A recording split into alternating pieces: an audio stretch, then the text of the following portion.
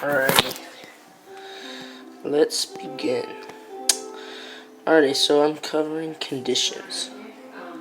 So, basically the condition is an if-then statement of some sort, and there's a variety of ways it can be used. With the indicative case, with the subjunctive case, and a variety of tenses. The general format of the of a conditional statement is it starts with a protasis, which is the first part, which is the if part of the statement, and then it ends with an apodesis, which is the then part of the statement, and each have their own verb. It can be subjunctive, which has its own unique translations, or indicative, which translates pretty simply.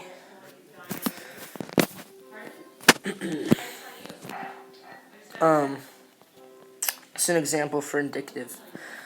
That's it. To notice that the indicative case is factual, whereas the subjunctive is contrafactual. So the indicative case is like, if you do this, then this will happen.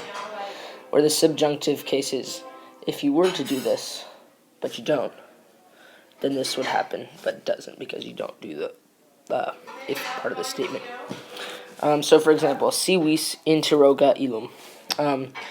If you want, then ask him.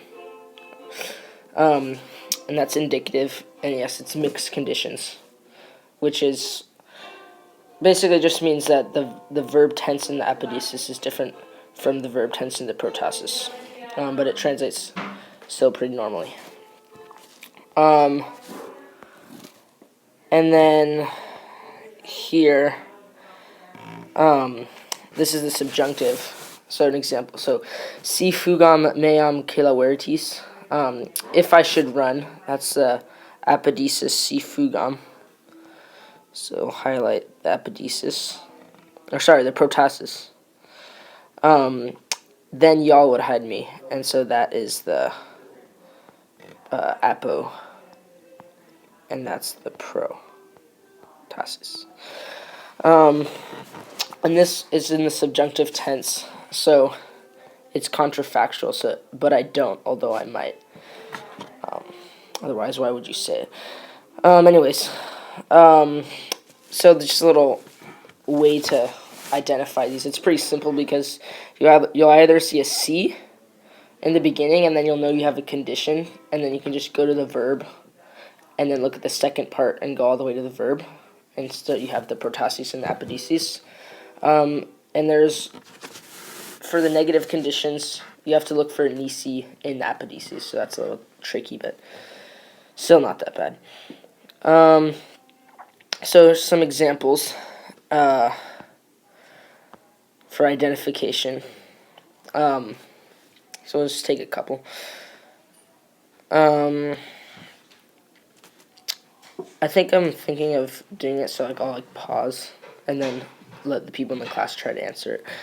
But anyways, so for this one, here's from here to here, from the C to the verb is the protasis, and from here to here is the apodesis, and that is, of course, that's indicative. And then this next one, I want to change the colors. This part is the protasis, and this part is the apodesis, and it's subjunctive. And this one was indicative. And then this last one is, here's the protasis, all the way to in when I see it.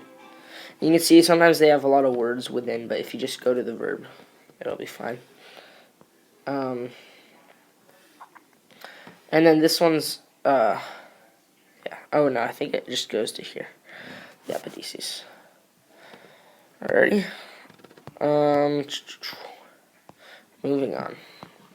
So for subjunctive, there's little unique translations. So for the present, if the present in the protasis would be if, obviously, she were, he were, it were. That's what the present translates to. And apodesis, it would be would. And then for imperfect, it'd be did in the protasis and would in the apodesis. And pluperfect, it'd be had in the protasis and would have in the apodesis. That's kind of something you just have to memorize.